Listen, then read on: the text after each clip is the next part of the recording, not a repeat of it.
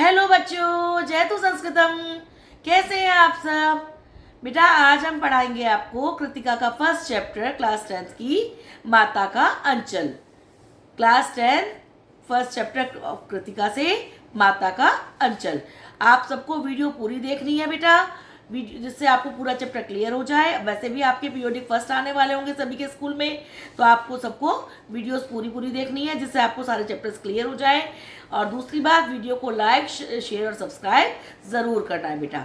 तो हम स्टार्ट करते हैं अपना चैप्टर, जो शिव पूजन साहिब जी ने लिखा है, माता का अंचल। माता का अंचल मीन्स माता का आंचल। आप सबकी माता का आंचल। इसमें माँ की महिमा बताई गई है, माँ के आंचल के बारे में, माँ की छत्र छाया के बारे में बताया गया है। वो कहते हैं, शुरुआत करते हैं चैप्टर की। जहाँ लड़कों का संग व तहाँ बाजे मृदंग, जहाँ बुड्ढों का संग व तहाँ खर्चे का तंग। मीन्स जहाँ लड़के बच्चे इकट्ठे होते हैं वहाँ पर मृदंग एक वाद्य यंत्र को कहते हैं बेटा, जिसे हम बजाते हैं, जैसे ढोलक तबला, ऐसे ही मृदंग भी एक वाद्य यंत्र होता है कि वहाँ पर मृदंग बजता है। मीन्स वहाँ पर खुशी का माहौल होता है। और जहाँ बुड्ढों का संग, जहाँ पर बूढ़े बूढ़े ज़्यादा होते हैं, वहाँ पे खर्चा ही लगा रहता है। मीन्स कभी बीमार हो गए, कभी उनको कुछ चाहिए, कभी उनको कुछ चाहिए, तो वहाँ पर खर्चा ज़्यादा रहता है। अब आगे लेखक कहते हैं, हमारे पिता तड़के उठकर निमट नहाकर पूजा करने बैठ जाते थे। हमारे पिता मीन्स लेखक के पिता जो है, शिवपूजन साहिब जी के पिता जो है, तड़के कहते हैं बेटा बहुत सुबह के समय, जैसे सुबह 4 बजे 4:30 बजे, बहुत सुबह का समय जो होता है, भोर का समय, उस समय उठकर निमट नहाकर सारा अपना प्रातः काल का काम निपटाकर वो पूजा करने बैठ जाते थे। और लेखक जो है, हम बचपन से ही उनके अंग लग गए थे। मीन्स जैसे कई बच्चे अपने पापा के साथ रहना ज़्यादा पसंद करते हैं, तो लेखक भी उसी तरह के थे। वो अपने पिता के साथ रहना ज़्यादा पसंद करते थे, बचपन से ही उनके अंग लग गए थे। मीन्स उनके साथ रहने लगे थे। माता से केवल दूध पीने तक का नाता था। जब बच्चा होता है, वो अपनी माँ के जब निकट जाता है, तो दूध तो उसे माँ ही पिलाती है, तो वो कहते हैं कि केवल दूध पीने तक का नाता था, केवल दूध पीने तक हम माँ के पास सीमित रहते थे, बाकी हम अपने पिताजी के साथ ज़्यादा रहते थे। इसलिए पिता के साथ ही हम भी बाहर की बैठक में ही सोया करते। इसीलिए क्योंकि वो माता जी के निकट अधिक नहीं थे, पिताजी के अधिक निकट थे, पिताजी को ज़्यादा प्यार करते थे, इसीलिए वो अपने पिता के साथ ही बाहर बैठक मीन्स ड्राइंग रूम, जिसको आजकल हम बोलते हैं, बाहर ड्राइंग रूम में ही वो सोया करते थे। वह अपने साथ ही हमें भी उठाते। वह कौन? उनके पिताजी, शिवपूजन साहिब जी के पिताजी अपने साथ ही लेखक को भी उठा लेते थे, और साथ ही नहला धुलाकर पूजा पर बिठा लेते, और अपने साथ ही नहला धुलाकर उन्हें नहलाते थे और अपने साथ ही पूजा पर बिठा लेते थे, सुबह के समय, भोर के समय। आगे, हम बबूत का तिलक लगा देने के लिए उनको दिक करने लगते थे। मीन्स जब वो हमें जब उनके पिताजी बबूत का तिलक लगाते थे लेखक के माथे पर, तो लेखक क्या करते थे? उनको दिक करने लगते थे। मीन्स परेशान करते थे, उनको चिढ़ाते थे, उनसे गुस्सा सा हो जाते थे। कुछ हंसकर, कुछ झुंझलाकर और कुछ डांटकर वह हमारे चोड़े लीलार में त्रिपुंड कर देते थे। कुछ हंसकर, कभी तो वो हंसकर उनके, कभी झुंझला जाते थे वो, और कभी डांट कर। जैसे आपके पिताजी को आपसे कोई बात मनवानी होती है, कभी तो हंसी में मजाक में मनवा लेते हैं, कभी झुंझला के आपको कहते हैं तो आपको मजबूरी माननी पड़ती है, कभी डांट के कहते हैं तो आपको माननी पड़ती है। तो इस तरह से वो कभी भी किसी भी तरीका अपनाकर उनके चौड़े से लीलार में, मीन्स मस्तक, लीलार होता है बेटा मस्तक, इस पोर्शन को बोलते हैं लीलार, यहाँ पर वो क्या करते थे? त्रिपुंड करते थे। त्रिपुंड मीन्स 3 लाइनें। आपने देखा होगा जो बड़े बड़े लोग तिलक लगाते हैं, वो 3 लाइनें ऐसे करके 3 लाइनें लगाते हैं, तो वो ऐसे ही 3 लाइनें उनके चौड़े से मस्तक में लगा देते थे, वो त्रिपुंड बना देते थे। वो कहते हैं हमारे लीलार में बबूत खूब खुलती थी। मीन्स बहुत अच्छी लगती थी उनके माथे में बबूत लगकर, क्योंकि उनका चौड़ा माथा था, तो बबूत बहुत अच्छी लगती थी।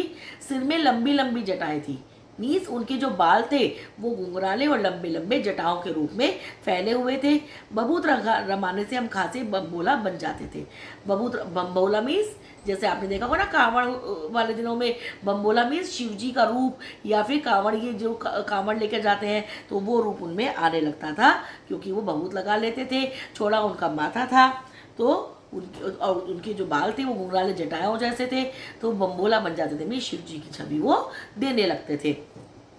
आगे बताते हैं लेखक कि पिताजी हमें बड़े प्यार से भोलानाथ कहकर पुकारा करते। उनके पिताजी क्या कहते थे बेटा? उनको भोलानाथ कह के उन्हें बड़े प्यार से बुलाते थे। लेकिन असल में लेखक का नाम क्या था असली? तारकेश्वर नाथ। आगे वो बताते हैं, हम भी उनको बाबूजी कहकर पुकारा करते और माता को मैया। वो अपने पिताजी को क्या कहते थे? बाबूजी। और अपनी माँ को मैया कहकर वो बुलाया करते थे। जब बाबूजी रामायण का पाठ करते तब हम उनकी बगल में बैठे बैठे आईने में अपना मुंह निहारा कर। जब उनके पिताजी जो थे वो रामायण सुनाते थे, रामायण का पाठ करते थे, तब लेखक उनकी बगल में, उनके पास में ही बैठे बैठे शीशे में अपना मुंह निहारा करते थे। और जब वो हमारी ओर देखते, जब उनके पिताजी लेखक की ओर देखते थे, तब हम कुछ लजाकर और मुस्कुराकर आईना नीचे रख देते थे। तो कभी तो थोड़ा सा शर्मा, लजाकर मीन्स शर्मा कर, और कभी स्माइल करके मुस्कुराकर वो लेखक जो थे वो आईना नीचे रख देते थे। तो इस बात पर उनके पिताजी भी मुस्कुराने लगते थे। अब आगे बताते हैं, पूजा पाठ कर चुकने के बाद वह राम राम लिखने लगते। मीन्स आपने देखा होगा कई लोग जो हैं एक कॉपी में एक नोटबुक ले लेते हैं या एक किताब सी होती है, उसमें राम राम, ओम ओम या फिर गायत्री मंत्र ऐसे करके कुछ कुछ लिखते रहते हैं, भगवान का नाम। तो ऐसे ही वो एक पुस्तक में, एक कॉपी में राम राम लिखने लगते। एक राम नाम बही पर 1000 राम नाम लिखकर उसे पाठ करने की पोथी के साथ बांधकर, जो उनके पाठ करने की पोथी जो पुस्तक होती थी उसके साथ वो बांधकर उसको रख लेते थे। फिर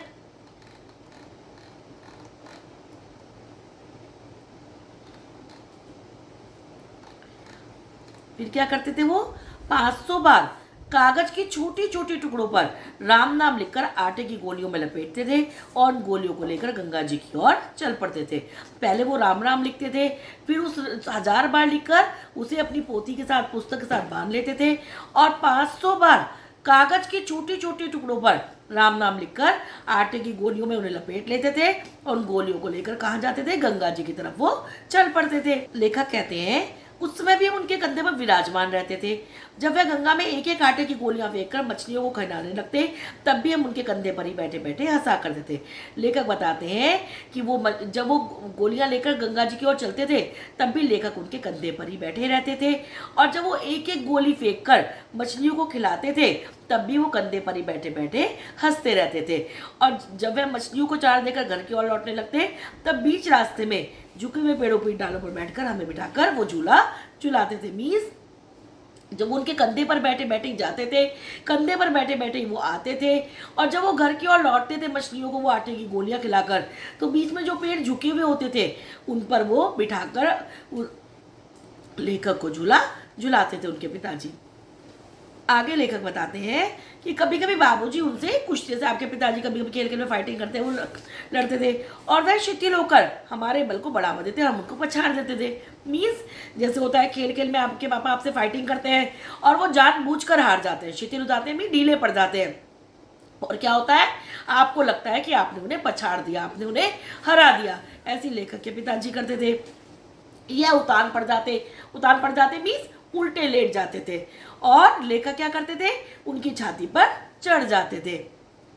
और जब हम उनकी लंबी लंबी मूछें उखाड़ने लगते, तब वे हंसते हंसते हमारे माथों को मूछें छुटाकर उन्हें चूम लेते। और जब लेखक उनकी छाती पर बैठकर उनकी लंबी लंबी मूछों को उखाड़ने लगते थे, उन्हें खींचने लगते थे, तो वो अपनी मूछों को छुड़ा लेते थे और उनके हाथों को चूम लेते थे।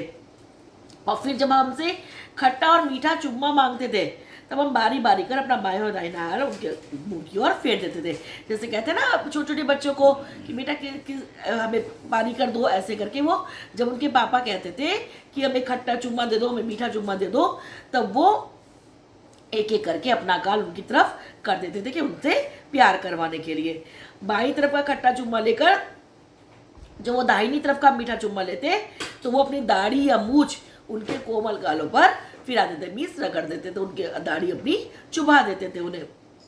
और फिर लेखक क्या करते थे, झुंझलाकर उनकी मूछें नोचने लग जाते थे, उनकी मूछें खींचने लग जाते थे।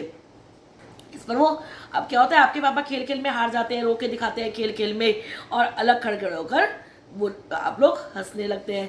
तो ऐसे लेखक के पिताजी जो थे बनावटी रोना, मीस झूठ मूठ का रोना करने लग जाते थे, और लेखक खड़े खड़े हंसने लगते थे। आगे लेखक बताते हैं कि उनके साथ हंसते हंसते जब हम घर आते, तब उनके साथ ही हम भी चौके पर खाने बैठ जाते। मीन्स जब हंसते हंसते घर आते थे उनके साथ ही लेखक, तो उन्हीं के साथ, क्योंकि अपने पिताजी के साथ ही रहना पसंद करते थे, तो चौके पर मीन्स रसोई में ही, जहाँ पर खाने की जगह थी, वहीं पर वो अपने पिताजी के साथ ही खाना खाने बैठ जाते थे।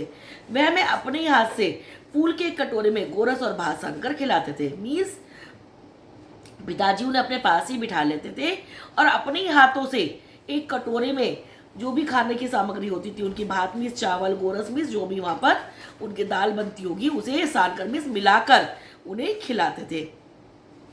जब हम खाकर अफर जाते तब मैया थोड़ा और खिलाने के लिए हट करती थी। मीस जब लेखक बताते हैं, जब हम खाकर हमारा पूरा पेट भर जाता था, अफर जाते मीस पेट भर जाता था, तो हमारी माँ जो थी वो हमें थोड़ा और खिलाने के लिए हट करती थी, जिद करती थी। जैसे होता है आपकी मम्मी, आप खाना खा ले तो मम्मी कहती नहीं थोड़ा सा और खाना है, थोड़ा सा और खाना है, कहते ना मम्मी, ऐसे उनकी मम्मी कहती थी कि नहीं थोड़ा सा और खा लो। वह बाबूजी से कहने लगती है, आप तो 4-4 दाने एक और बच्चे के मुंह में दे देते हैं, इससे वो थोड़ा खाने पर भी समझ लेता है कि हम बहुत खा गए, आप खिलाने का ढंग नहीं चाहते, बच्चे को मुंह भरकर खिलाना चाहिए। तो वो क्या कहती थी उसके पिताजी को, लेखक के, कि आपको तो खिलाने का ढंग ही नहीं आता, आप छोटे छोटे कॉर्मिस बाइट, ग्रास जिसको बोलते हैं, इसको आप बाइट बोलते हो, छोटे छोटे बाइट बच्चों को खिला देते हो, जिससे वो सोचते हैं कि हमारा पेट भर गया, हमने बहुत सारे बाइट खा लिए। बच्चों को बड़े बड़े बाइट खिलाने चाहिए जिससे उनका पेट अच्छी तरह भर जाए। इस तरह उनके पिताजी को डांट देती थी। आगे वो कहती थी, जब खाएगा बड़े बड़े कौर तब पाएगा दुनिया में ठौर, कि जब ये बड़े बड़े बाइट खाएगा, बड़े बड़े ग्रास खाएगा, तभी तो दुनिया में स्थान मिलेगा, दुनिया में अवसर मिलेंगे इसे, नहीं तो कैसे अवसर मिलेंगे इसको। फिर वो कहती थी, देखिए मैं खिलाती हूँ, मर्द हुए क्या जाने कि बच्चों को कैसे खिलाना चाहिए, और महतारी के हाथ से खाने पर बच्चों का पेट भी भरता है।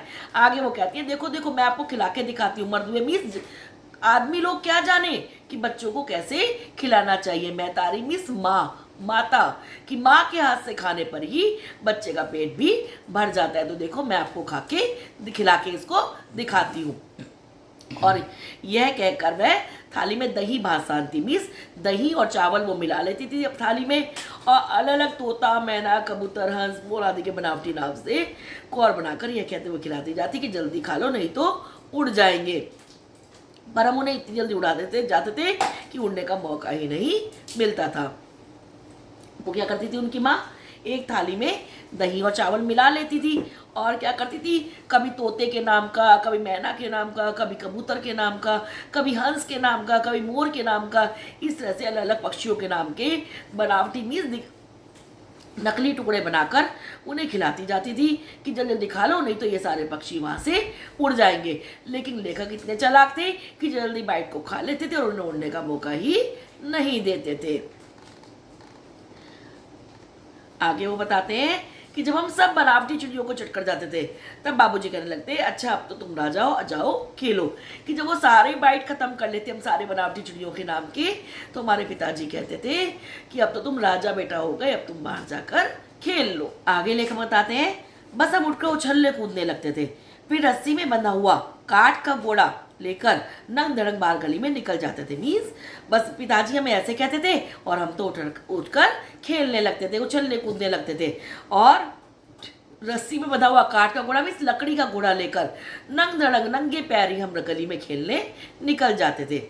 आगे वो बताते हैं, जब कभी मैया हमें अचानक पकड़ पाती तो हमारे लाख छटपटाने पर भी एक चुंडलू कड़वा तेल हमारे सिर पर डाल ही देती थी। मीन्स अब क्या होता है, बच्चे अपना आप तो सिर में ऑयल नहीं लगाते, तो उनकी माँ कभी कभी उनको पकड़ लेती थी जबरदस्ती, और वो कितना भी छटपटाए, कितना भी छूटने की कोशिश करते थे, उनके सिर में थोड़ा सा सरसों का तेल, कड़वा तेल में सरसों का तेल लगा ही देती थी, और वो हम रोने लगते और बाबूजी उस पर बिगड़ खड़े होते, पर वे हमारे सिर में तेल बोत कर हमें उबड़ कर ही छोड़ती थी। मीन्स अब इस पर लेखक रोने लगते थे और पिताजी उन्हें बहुत प्यार करते थे।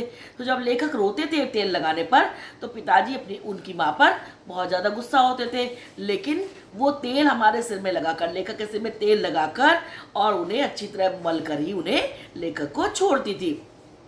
फिर वो क्या करती थी, फिर हमारी नाभि और लिलार में काजल की बिंदी लगाकर चोटी गूंथती और उसमें फूलदार लट्टू बांधकर रंगीन कुर्ता टोपी पहना देती थी। इसका लेखक की माँ क्या करती थी, उनकी नाभि में और उनके मस्तक पर भी काजल की बिंदी, आपने देखा होगा ना छोटे बच्चों को कई बार हम काजल का टीका लगा देते हैं इससे उन्हें नजर ना लगे, तो ऐसे उनके माथे पर काजल की बिंदी लगा देती थी और उनकी चोटी गूंथ देती थी और उसमें एक लट्टू, रिबन का एक लट्टू सा, एक फूल सा बनाकर उन्हें रंगीन कुर्ता टोपी पहना देती थी।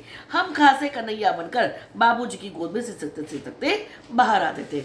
अब तेल लगाने से उन्हें गुस्सा आता था और वो रोने लगते थे। अब इतना सब उनकी माँ जब करती थी, उसके बाद वो सकते सकते भी थोड़ा थोड़ा रोते हुए कन्हैया बनकर, कृष्ण कन्हैया बनकर बाबूजी की गोद में ही बाहर चले जाते थे। आगे बताते हैं, बाहर आते ही हमारी बाट जोने वाला बालकों का एक झुंड मिल जाता था।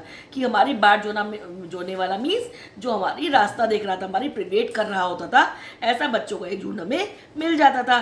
और हम उन खेल के साथियों को देखते इसे सकना भूलकर बाबूजी की गोद से उतर पड़ते और अपने हमजोलियों के दल में मिलकर तमाशे करने लग जाते थे। मीन्स अब क्या होता है, आप कितना ही रो रहे हो, आपके फ्रेंड्स आ जाएं तो आप सारा रोना भूलकर उनके साथ खेलने में लग जाते हो। तो ऐसी लेखक उन्हें देखते साथ अपना सारा रोना भूलकर उनके साथ मिलकर बाबूजी की गोद से उतर जाता था और अपने साथियों के साथ उनकी टीम में मिलकर खेलने लग जाता था, तमाशे करने लग जाता था।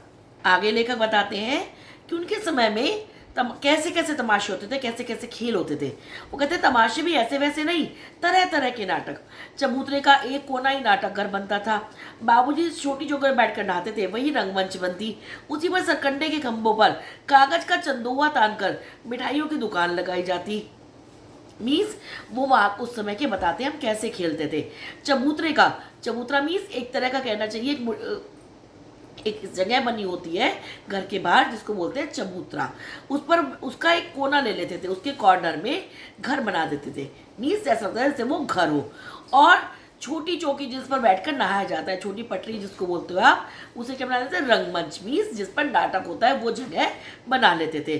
और सरकंडे बांस के खंभों पर बांस का खंभे बना लेते थे और कागज का चंदुआ मीन्स उसके ऊपर चादर तान कर उसके ऊपर चादर लगा देते थे कागज की और मिठाइयों की दुकान उस पर लगा लेते थे।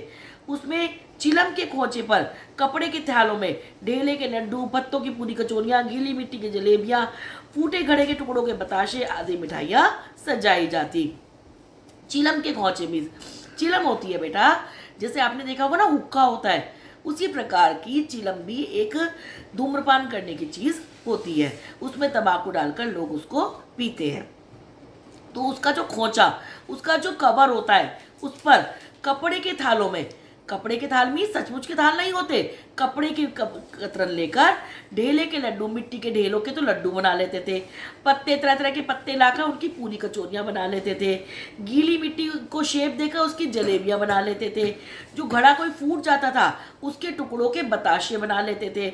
इस तरह से अलग अलग तरह की मिठाइयाँ वहाँ पर सजा लेते थे। सचमुच की मिठाइयाँ नहीं होती थी, अलग अलग चीज़ों से मिठाइयाँ बना लेते थे, बनावटी मिठाइयाँ, दिखावटी मिठाइयाँ। ठीकरों के मटकरे और जस्ते के छोटे छोटे टुकड़ों के पैसे बना लेते थे। उनके अलग अलग चीज़ों के छोटे छोटे टुकड़ों के लेते थे और उनके पैसे बना लेते थे।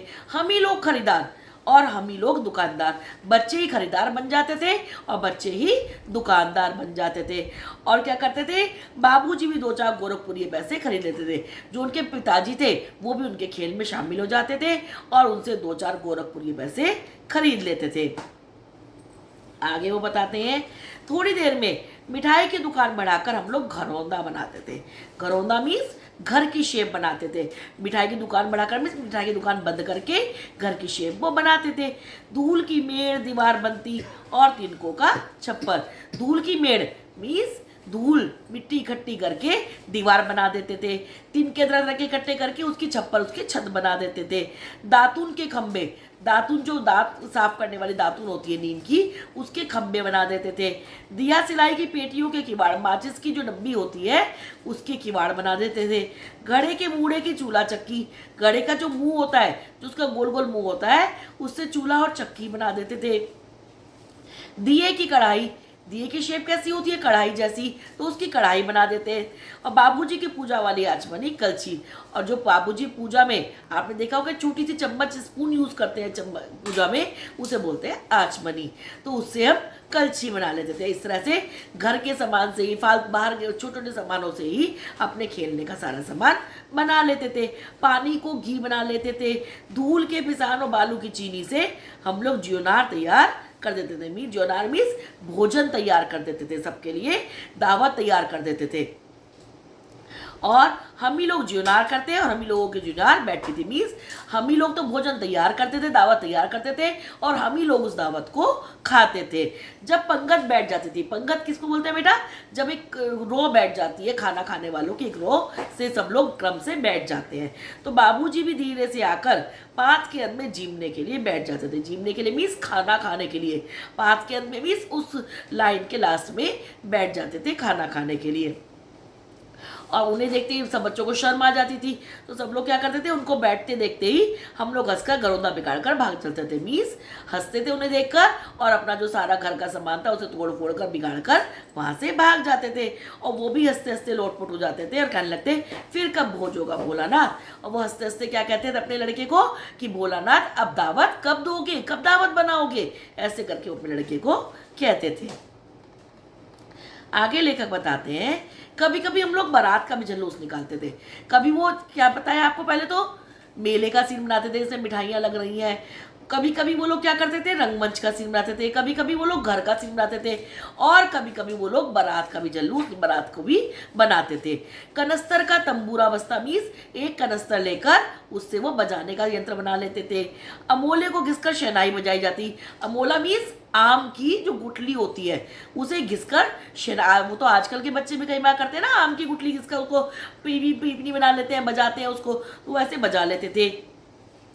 टूटी हुई चूहेदानी ले आते थे किसी के घर से और उसको पालकी बना लेते थे जिसमें दुल्हन बैठकर जाती है। हम समधी बनकर मीन्स जो जिन दो परिवारों के बच्चों की शादी होती है उन्हें बोलते हैं बेटा समधी और समधन।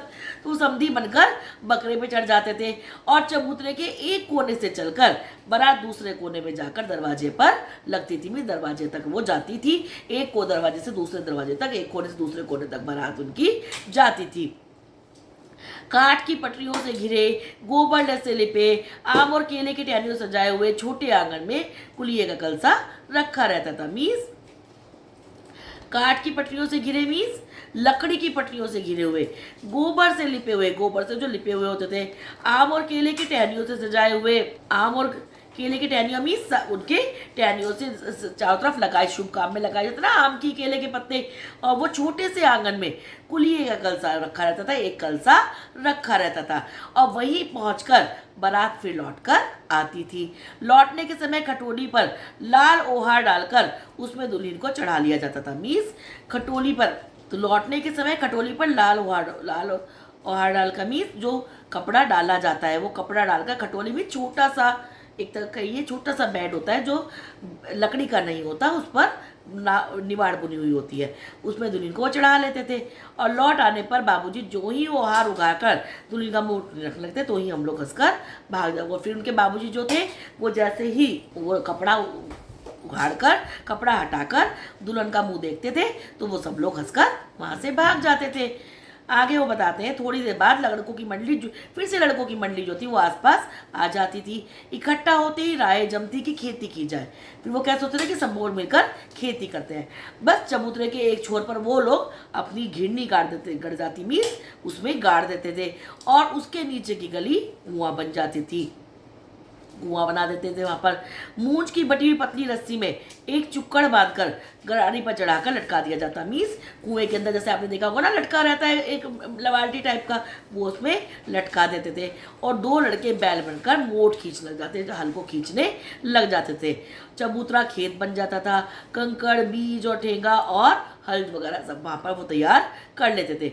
बड़ी मेहनत से खेत को जोतते थे, बोते थे और पटाते थे और फसल तैयार होते थे उनकी, क्योंकि वो तो नकली खेत था, असली खेत तो होता नहीं था, तो जो बड़ी जल्दी उनकी फसल तैयार हो जाती थी और हाथों हाथी उस फसल को वो लोग काट लेते थे। और काटते समय क्या गाते थे, ऊंच नीच में बई कियारी जो जिसो बई हमारी, कि जो हमारी कियारी में ऊंची नीची फल जो पैदा हुई है, जो भी उपज हुई है वो सब हमारी उपज है। और फिर क्या करते थे, कसोरे को फसल को एक जगह रखकर उसे अपने पैरों से रौंद देते थे, मीन्स उसे मसलते थे और कसोरे का सूप बनाकर, कसोरा मीन्स मिट्टी का एक छोटा सा बर्तन जो होता है वो बना उसमें, और मिट्टी के दिए के तराजू पर तोलकर राशि तैयार कर, मिट्टी के दिए के तराजू पर तोलते थे उसको, जैसे तराजू जो है मिट्टी के दिए का बनाते थे। और तभी बाबूजी आकर पूछते थे कि इस साल की खेती कैसी रही भोलानाथ। उनके पिताजी देखिए हर खेल में शामिल होते थे उनके पिताजी, चाहे वो घर बनाए, चाहे वो बारात का निकालें, चाहे वो खेत का बनाए, हर खेल में उनके पिताजी शामिल होते थे। यही भोलानाथ जो लेखक है वो बताने की कोशिश कर रहे हैं। और फिर क्या होता था, वो हंसते हंसते वहाँ से सब कुछ जो का तो छोड़कर खेत खलिहान हंसकर वहाँ पर भाग जाते थे। ऐसी मौज की उनकी खेती थी। वो बताते हैं ऐसे ऐसे नाटक जो थे हम लोग बार बार खेलते रहते थे। बटोही, बटोही मीन्स जो आते जाते पथिक होते हैं, राहगीर जो होते हैं, वो भी थोड़ी देर ठिठक कर हमारा तमाशा देख लेते थे। और वो कहते हैं आगे, जब कभी हम लोग ददरी के मेले में जाने वाले, ददरी का मेला वहाँ पर लगता होगा कोई, तो उसके आदमियों का झुंड देख पाते थे तो कूद कूद कर चिल्लाते थे, चलो भाइयों ददरी सतु पिसान की मोटरी, कहकर वो चिल्लाते थे। और अगर किसी दूल्हे के आगे आगे जाती हुई ओहारदार पालकी देख पाते, मीन्स जिसमें दुल्हन जाती है, ऐसे दूल्हे के आगे किसी पालकी को देख लेते थे तो खूब जोर जोर से चिल्लाते थे, रहरी में रहरी पुरान रहरी, डोला की कन्या हमार महरी। वो कहते थे इस पालकी के अंदर जो दुल्हन बैठी है वो हमारी है। और इस बात पर क्या हुआ, एक बूढ़े दूल्हे ने, एक बूढ़ा दूल्हा जिसकी बुढ़ापे में शादी हुई होगी, उसने बहुत दूर तक खदेड़ दिया, उन्हें बहुत दूर तक भगाया और ढेलों से मारा भी था। वो कहते हैं उस खूसट की शक्ल हमें आज तक भी याद है। पता नहीं किस ससुर ने इतना खूसट, इतना खड़ूस जमाई ढूंढा था, और वैसा घोड़ मुँह आदमी कि घोड़े के मुंह जैसा आदमी हमने कभी भी नहीं देखा। ऐसे करके लेखक कहते हैं। आगे वो कहते हैं आम की फसल में कभी कभी खूब आंधी आती है। आपने देखा होगा ना, जिन दिनों आम की फसल होती है कभी कभी बहुत तेज आंधी आती है, और आंधी में बहुत सारे आम गिर जाते हैं नीचे। तो आंधी जब निकल जाती थी थोड़ी दूर पर तो सब लोग बाग की ओर दौड़ पड़ते थे, और वहां से चुन चुन कर गुले गुले गोपी आम वहां पे उठाकर वो लोग खाते थे। अब एक दिन की बात है, आंधी आती है और फिर बंद हो जाती है। सारा आकाश जो था वो काले काले बादलों से ढक जाता है, बादल गरजने लगते हैं, बिजली कौंधने चमकने लगती है, ठंडी ठंडी हवा चलने लगती है, पेड़ झूमने लगते हैं, जमीन झूमने लगते हैं, जमीन तक झुकने लगते हैं। तो वो लोग बहुत जोर से चिल्लाने लगते हैं, एक पैसा की लाई बाजार में चितराई, बरखा उतरे बिलाई। मीन्स बारिश आने वाली है, सारे बाजार में बारिश ही बारिश आ गई है। ऐसे करके वो लोग बारिश का स्वागत करते हैं। लेकिन बारिश तो रुकी ही नहीं, और भी तेज तेज पानी बरसने लगा। अब वो क्या हुआ, पेड़ों की जड़ से वो लोग बिल्कुल सट गए, क्योंकि बारिश बहुत तेज आ रही थी। और ऐसे में तो कुत्ते के कान में अंठाई चिपक जाती है, मीन्स जैसे कुत्ता बिल्कुल चिपक जाता है, ऐसे बिल्कुल चिपक गए पेड़ों की जड़ से। लेकिन बारिश तो रुकी ही नहीं, बारिश कहीं भी नहीं जमी, वो तो बिल्कुल रुक गई। फिर बाद में अब बारिश बंद होते ही बाग में बहुत से बिच्छू नजर आए। बारिश के समय में सांप बिच्छू बहुत निकलते हैं, तो ऐसे ही वो नजर आए, तो वो लोग डर के वहां से भागने निकलते हैं। तो उनमें एक बैजू नाम का लड़का जो था वो बहुत ढीठ था, बहुत ज्यादा शैतान था। तो क्या हुआ, बीच में मूसन तिवारी मिल गए। मूसन तिवारी का कोई करेक्टर है इसमें। तो बेचारे बूढ़े आदमी को, बूढ़ा आदमी था, उसे सूझता कम था, मीस कम समझ में आता था। तो बैजू उनको चिढ़ाकर बोलता है, बुढ़वा बेईमान मांगे करेले का चोखा, कि जो बूढ़ा बेईमान व्यक्ति है ये करेले का चोखा मांग रहा है। तो हम जो सारे लड़के होते हैं वो भी बैजू के सुर में सुर मिलाकर वही चिल्लाना शुरू कर देते हैं। तो मूसन तिवारी उसे बहुत दूर तक भगाकर खदेड़ देते हैं, और सब लोग अपने अपने घर की तरफ आंधी की तरह चल पड़ते हैं। अब जब हम लोग तो मिले नहीं, तो तिवारी जी सीधे पाठशाला में, उनके स्कूल में चले गए। और क्या होता है, बैजू को और लेखक को पकड़ लाने के लिए 4 लड़के जो थे वहां से निकले। उनके टीचर जो थे उन्हें 4 लड़कों को गिरफ्तारी वारंट लेकर छूटे। मीस गिरफ्तारी का वारंट लेना मीस उन्हें फरमान दे के भेजते हैं कि उन्हें पकड़कर लाओ। और जो ही घर पहुंचते हैं तो गुरुजी के सिपाही मीस जो 4 लड़के निकले थे वो उन लड़कों पर टूट पड़ते हैं उन्हें ले जाने के लिए। तो बैजू तो 9 दो गा रहा होगा, बैजू तो बहुत शैतान था, वो तो भाग गया, लेकिन लेखक पकड़े गए। फिर तो गुरुजी ने हमारी खूब कबर ली। मीस गुरुजी जो थे उन्हें बहुत डांटा। अब जब बाबूजी ये सब सुनते हैं वो तो उन्हें बहुत प्यार करते हैं।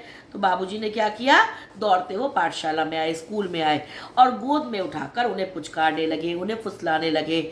और फिर अब लेखक कहते हैं हम तो ऐसे नहीं थे कि हम केवल उनके पुचकारने से चुप हो जाते, तो रोते रोते आंसुओं से उनका कंधा लेखक ने भर दिया। तो पिताजी ने क्या किया, गुरुजी की चिरोरी करके मीन्स उनसे रिक्वेस्ट की बहुत ज़्यादा, और उन्हें घर की तरफ वो ले चले।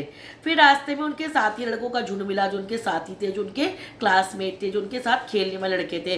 तो वे जोर से नाच रहे थे और गा रहे थे। क्या गा रहे थे बेटा? माई पकाई गर गर पुआ, हम खाई पुआ ना खेलब जुआ।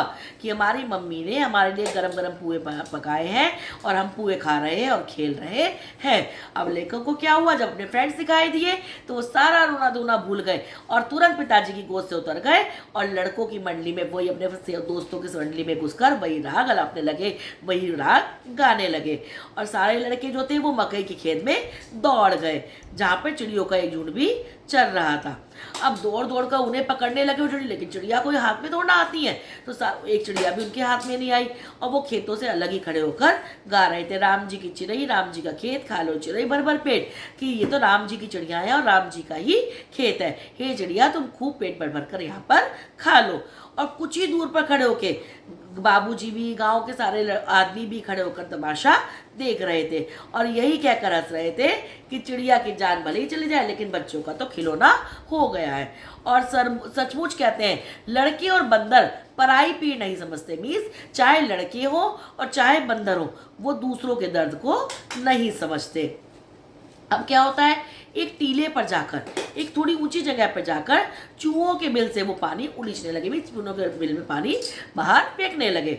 अब नीचे से ऊपर पानी फेंकना था, सब थक जाते हैं भाई, ऊपर से नीचे फेंकना हो तो बहुत ईजी है लेकिन नीचे से ऊपर फेंकना तो बहुत भारी है, तो वो थक गए। तभी गणेश जी के चूहे की रक्षा के लिए शिव जी का सांप निकल आया। अब क्या हुआ, उसमें से जब वो पानी निकाल रहे थे तो क्या हुआ, चूहा किसका वाहन है? गणेश जी का। और उसमें से क्या और सांप किसके गले में रहता है? शिव जी के। तो गणेश जी के चूहे की रक्षा करने के लिए कौन निकल के आया वहां से? सांप निकल आया। तो रोते चिल्लाते सब लोग बेतहाशा बहुत तेज तेज अपने घर की तरफ भाग चलते हैं। कोई उल्टा गिर जाता है, कोई इधर उधर गिर जाता है, सब भागते रहते हैं। किसी का सिर फूट जाता है, चोट लग जाती है, किसी के दांत टूट जाते हैं, सभी गिरते पड़ते वहां से भाग। सांप से तो सबको डर लगता है तो सब भागने लगते हैं वहां से। सारी देह में लहूलुहान घुस गई, खून ही खून हो गया, पैरों के तलवे जो थे वो कांटों से छलनी हो गए। ऐसे करके वो सब वहां पे से भागने लगते हैं। सब एक सुर से दौड़े हुए आए और अपने अपने घरों में घुस गए। बाबूजी उठे बैठक के ओसारे में बैठकर, ओसारा मीन्स जो बैठक में खुली जगह थी ड्राइंग रूम में, वहां पर वो हुक्का पी रहे थे। वो बहुत पुकारते हैं भोलानाथ को, क्योंकि भोलानाथ तो उनसे बहुत प्यार करते थे और बाबूजी भी भोलानाथ से बहुत प्यार करते थे। लेकिन वो तो उनकी बात बिल्कुल अनसुनी करके अपनी माँ के पास चले गए और उन्हीं की गोद में जाकर शरण ली। क्यों ली बेटा? क्योंकि बच्चा कितना भी परेशान प्यार क्यों ना करता अपने पापा से, लेकिन जब उसे चोट लगती है, दुख हो, तकलीफ होती है, तो वो सीधा अपनी माँ के पास जाता है। तो मैया क्या कर रही थी? अमनिया कर रही थी। अमनिया मतलब बेटा चावल साफ कर रही थी।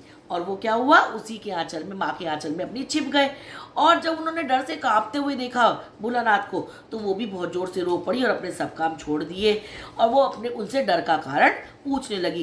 कभी उन्हें अपने शरीर से लगाकर बहुत प्यार से उन्हें अपने पास दबाती थी, कभी उन्हें आंचल से पहुंचकर, क्योंकि सारे में चोट लग गई थी, उन्हें प्यार कर रही थी। वो भी बड़े संकट में पड़ गई कि पता नहीं क्या हो गया। और जल्दी से हल्दी पीसकर उन्होंने उनके सारे घावों में लगाई। सारे घर में कोहराम हल्ला मच गया और केवल धीमे सुर से सांस आ कर वो अपनी माँ के आंचल में ही छुपे चले जा रहे थे। उनका सारा शरीर थर-थर कांप रहा था, उनके रोंगटे खड़े हो गए थे। वो आंखें खोलना चाह रहे थे पर वो तो खुल ही नहीं रही थी डर के मारे। और कांपते हुए होठों को बार बार उनकी माँ निहार कर वो भी रोने लगी और बड़े लाड़ से, बड़े प्यार से उन्हें गले लगा रही थी।